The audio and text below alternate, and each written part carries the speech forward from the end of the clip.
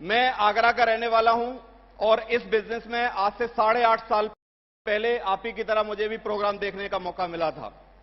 मैं एक ऐसे परिवार से बिलोंग करता हूं जिस परिवार में मेरे से पहले कभी भी किसी ने हाई स्कूल पास नहीं किया था, मेरे से पहले कभी किसी को 10,000 रुपए इकट्ठे नहीं कमाए थे किसी ने, और मेरे से पहले कभी किसी का बैंक में खाता नहीं खोला गया था, क्योंकि पैसे नहीं आएंगे तो खाता खोला जाएगा क्या बैंक में? नहीं, गरीब परिवार से था। इतना गरीब परिवार था कि पढ़ाई करने के लिए हमारे यहां ट्रेडिशन नहीं था कि बच्चे पैदा होंगे और पढ़ेंगे। हमारे यहां ट्रेडिशन था बच्चे पैदा होंगे और काम करेंगे। मेरी बात समझ में आ रही है कि नहीं?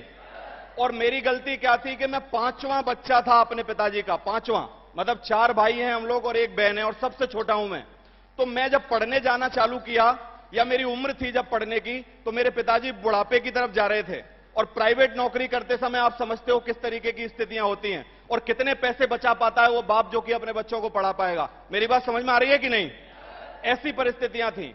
लेकिन गरीबी में पैदा होते वक्त बचपन से एक बात बता दी गई थी, मुझे दिमाग में ठूंस के बिठा दिया गया था कि अगर जिंदगी बनानी है, पैसे कमाने हैं, तो सरकारी नौकरी करनी पड़ेगी, इसके अलावा और कोई तरीका नहीं है। और सरकारी नौकरी करने के लिए बढ़िया पढ़ाई लिखाई करनी पड़ेगी। बढ़िया पढ़ाई लिखाई मतलब क्या है?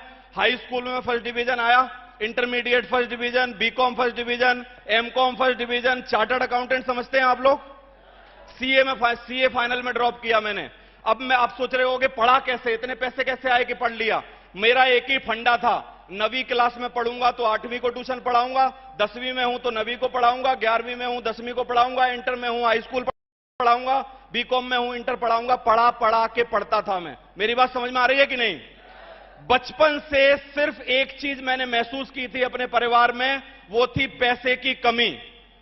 और मैं इस पैसे की कमी को किसी भी कीमत पर खत्म करना चाहता था। मुझसे कुछ भी